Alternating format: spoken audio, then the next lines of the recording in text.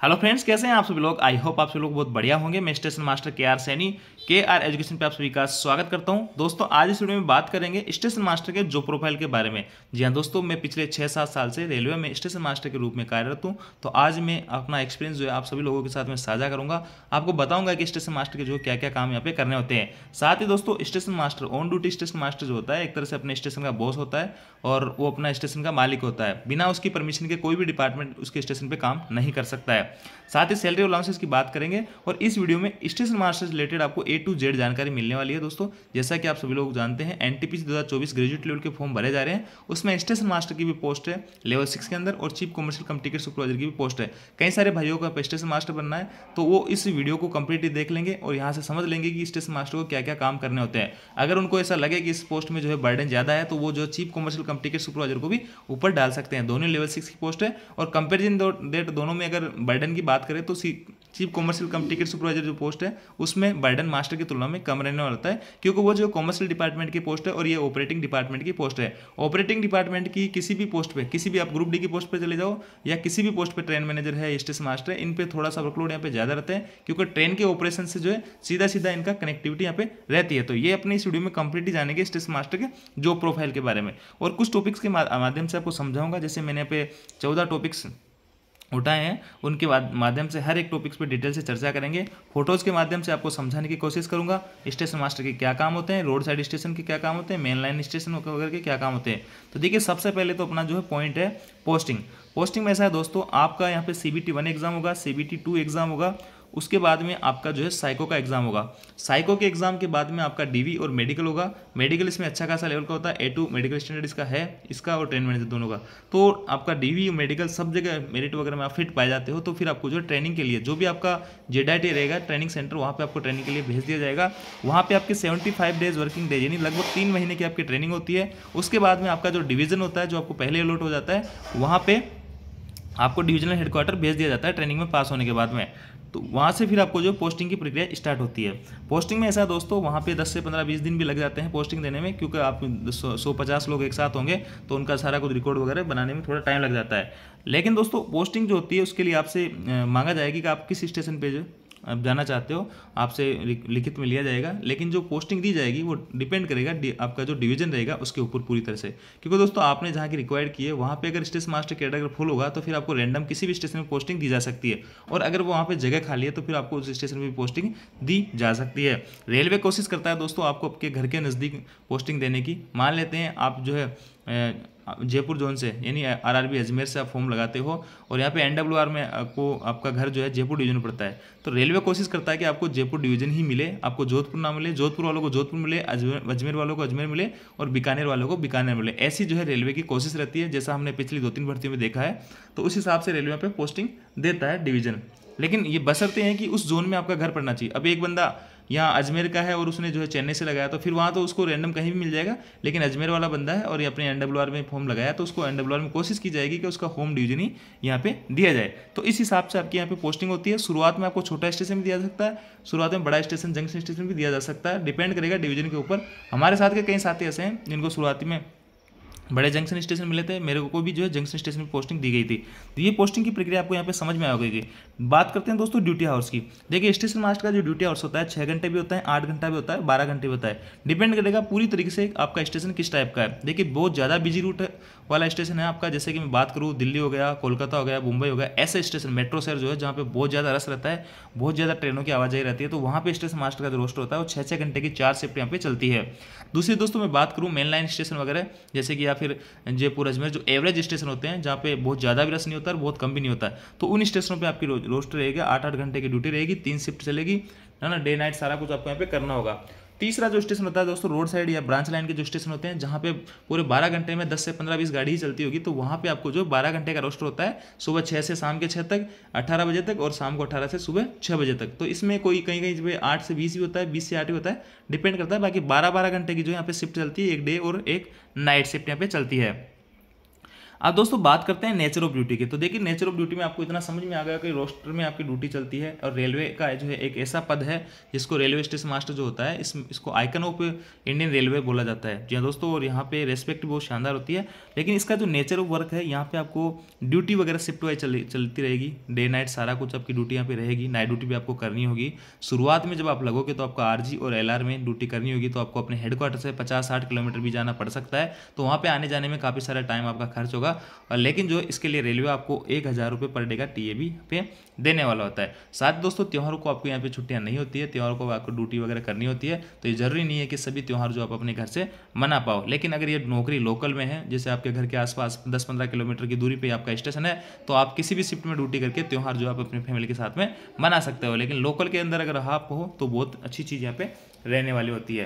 तो देखिए दोस्तों पोस्टिंग में एक पॉइंट ये छूट रहा था कि इसकी जो पोस्टिंग होती है स्टेशन मास्टर की, बहुत रिमोट एरिया में भी कई बार हो जाती है, छोटे छोटे स्टेशनों पे, जहाँ पे पहले इतनी जो बेसिक नीड्स की चीज़ें नहीं थी, लेकिन अभी तो जनरली सभी जगह हो ही गई है।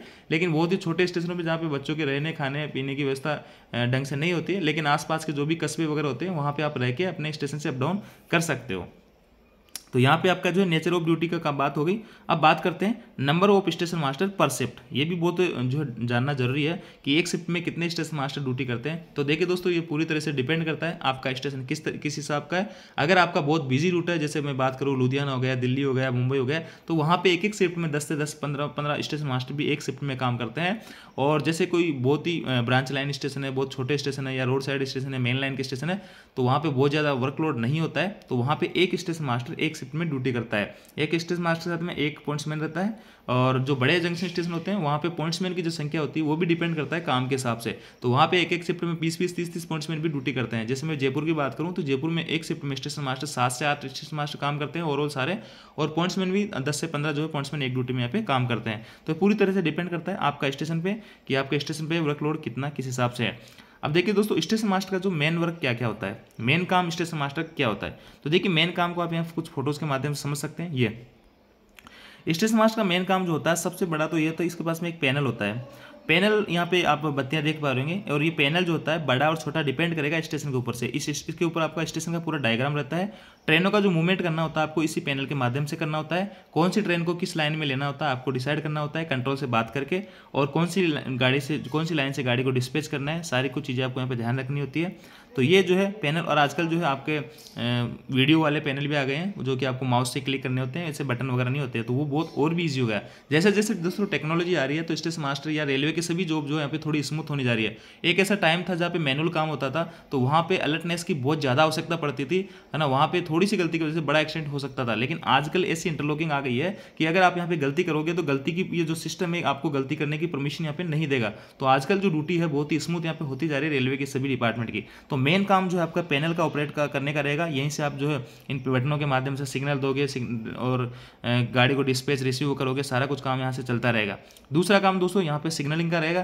तो जैसा कि मैंने आपको बताया इस पैनल के माध्यम से आपको इन सिग्नलों को यहाँ पे सारा कुछ मैनेज करोगे कि कौन सी गाड़ी को सिग्नल देना है, कौन सी गाड़ी को किस लाइन पे लेना है। तो सिग्नल देने का काम आपका यहाँ पे रहने वाला होता है। तो ये दूसरा मेजर काम आपका यहाँ पे हो जाता है। तीसरा काम दोस्तों संटिंग का रहता है। ये संटिंग का जो काम होता है जनरली बड़े जंक्शन स्टेशन होते हैं वहीं पे होता है, और रोड साइड और छोटे स्टेशनों पे जनरली ये काम नहीं होते हैं। संटिंग का मतलब होता है दोस्तों इंजन काटना लगाना होता है, या फिर कोई सिक वैगन है किसी गाड़ी के अंदर, कोई कोच खराब हो गया, टायर व्हील खराब हो गया तो उसको हटाना, उसकी जगह दूसरा लगाना है। तो कोच की जो है काट छांट का जो काम चलता है उसको संटिंग बोल दिया करते हैं। संटिंग का जो काम होता है दोस्तों वो पॉइंट्समैन करता है, और संट मास्टर जो होता है उसके सुपरविजन में काम होता है। लेकिन ऑल ओवर जो सुपरविजन आपका यहाँ पे रहता है, आप जो संटिंग सही तरीके से नियमानुसार हो रही है या नहीं हो रही है ये आपको सुनिश्चित करना है। तो संटिंग का जो है सुपरविजन आपको यहाँ पे करना होगा, इंपॉर्टेंट काम आपका यहाँ पे हो जाता है। चौथा काम दोस्तों गेट का। देखिए स्टेशन मास्टर आपने आते जाते समय देखा होगा कि यार ये जो गेट क्लोज हो रहा है या ओपन हो रहा है, ये कैसे इसको पता लगता है गेटमैन को कि अभी ट्रेन आ रही है बंद कर लेते हैं, अभी ट्रेन नहीं आ रही है तो ओपन कर लेते हैं।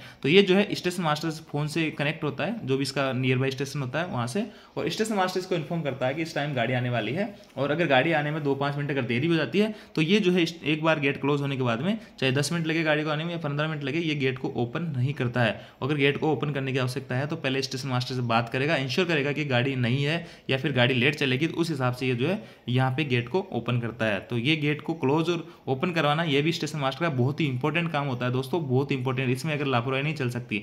यहाँ पे अगर गेट क्लोज करवाना बंद कर दिए और गाड़ी चला दी और उस गेट पे अगर आपका एक्सीडेंट हो जाता है तो यहाँ मान लीजिए कि आपको रिमूव फ्रॉम सर्विस भी किया जा सकता है। बहुत ही मेजर जो है केस बनता है गेट का, तो ये बहुत ही इंपॉर्टेंट काम हो जाता है। और हालांकि एक अच्छी बात ये बता देता हूँ आपको कि गेट जो है धीरे धीरे यहाँ पे क्लोज हो गए हैं, मतलब अंडरपास बना दिए गए। पहले बहुत सारे गेट हुआ करते थे, एक एक स्टेशन के अंडर में 7 7 8 8 गेट आया करते थे, लेकिन अब जो है कई स्टेशनों पे एक भी गेट नहीं है। और जिन स्टेशनों पे गेट है एक दो, उन वहाँ पे फ्लाईओवर बन जाएंगे या फिर जो अंडरपास बन जाएंगे। तो ये बहुत स्टेशन मास्टर की ड्यूटी का जो बचाव एक तरह से यहाँ पे हो गया है। तो ये मैं कहूँगा कि धीरे धीरे स्टेशन मास्टर की ड्यूटी जो है बहुत इजी गोइंग यहाँ पे होती जा रही है। पहले बहुत ही यहाँ स्ट्रेसफुल ड्यूटी यहाँ पे हुआ करती थी, क्योंकि गेटों का बहुत ही ज़्यादा बर्डन यहाँ पे हुआ करता था।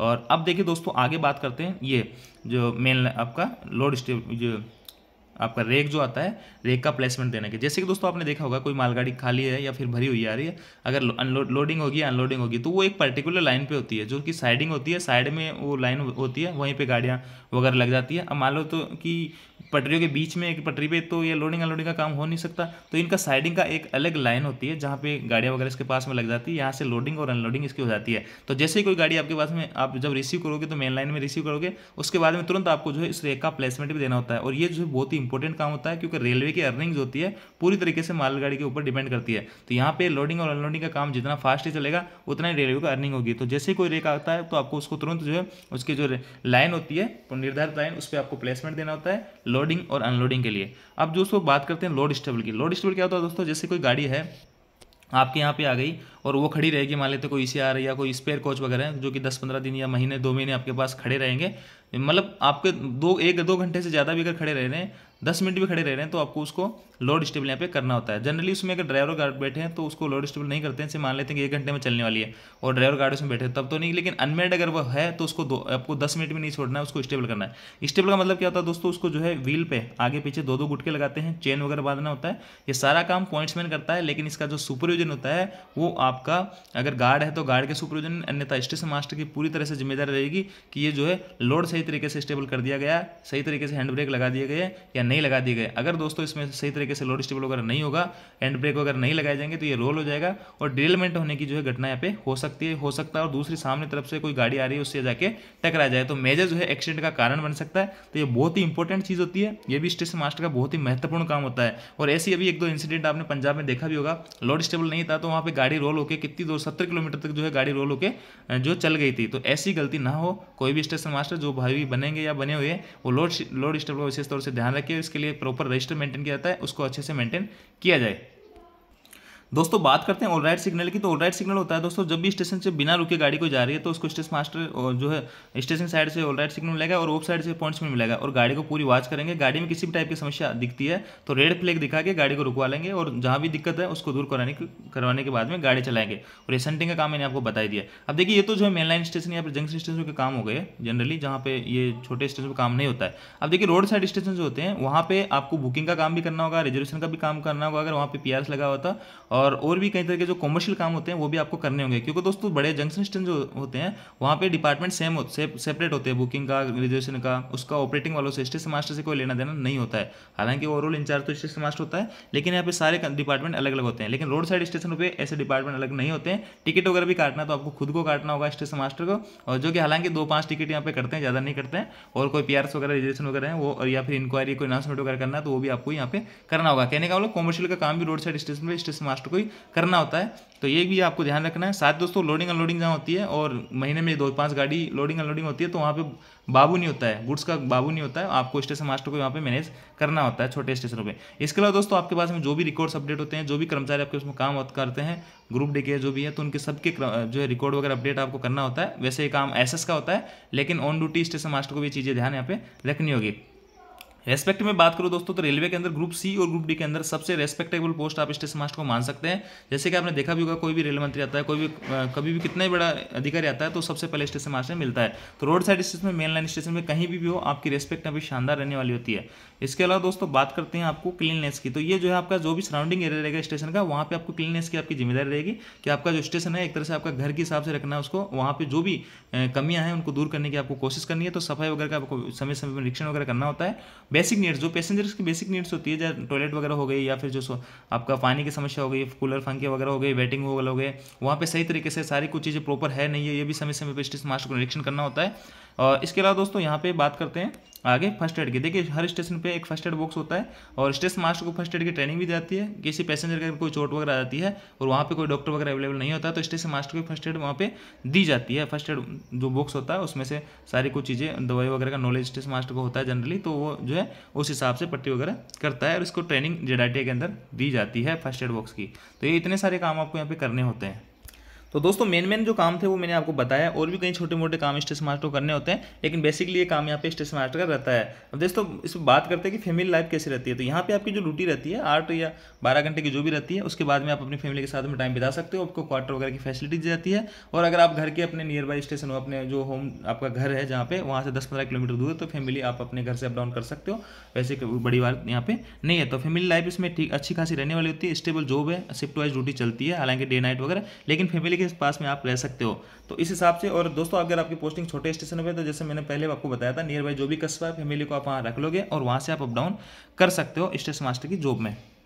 दोस्तों शुरुआती सैलरी की अगर मैं बात करूँ तो 60 से 70 हज़ार आपकी सैलरी बन जाती है, और टीए वगैरह या ओटी वगैरह बनता है तो ये जो सैलरी है 80-90 हज़ार के करीब भी आपकी पहुंच सकती है। प्रमोशन में आपका रेगुलर प्रमोशन जो होता है 5400 ग्रेड तक होता है, और डिपार्टमेंटल एग्जाम के थ्रू जो एओम बन जाओगे, एओम के बाद में डीओम और सीडीओम तक आप यहाँ पर पहुँच सकते हो। अब मैं एक दिन आपका जो सैलरी अलाउंसेज है और आपका प्रमोशन है, इनके सेपरेट वीडियो लाऊंगा। ये वीडियो ऑलरेडी काफ़ी लंबा हो गया, तो इसको यहीं विराम देते हैं। और ये थी मैंने कंप्लीटली आपको स्टेशन मास्टर के बारे में जानकारी देने की कोशिश की है। किसी भी टाइप का डाउट हो तो आप कमेंट करके पूछ सकते हैं। आई होप दोस्तों आपको जानकारी अच्छी लगी, वीडियो आपको जरूर लाइक कीजिए, दोस्तों के साथ में शेयर जरूर करें। टेलीग्राम ग्रुप का जो है लिंक आपको डिस्क्रिप्शन दिया, वहाँ से जाके आप ज्वाइन कर सकते हैं। Thank you.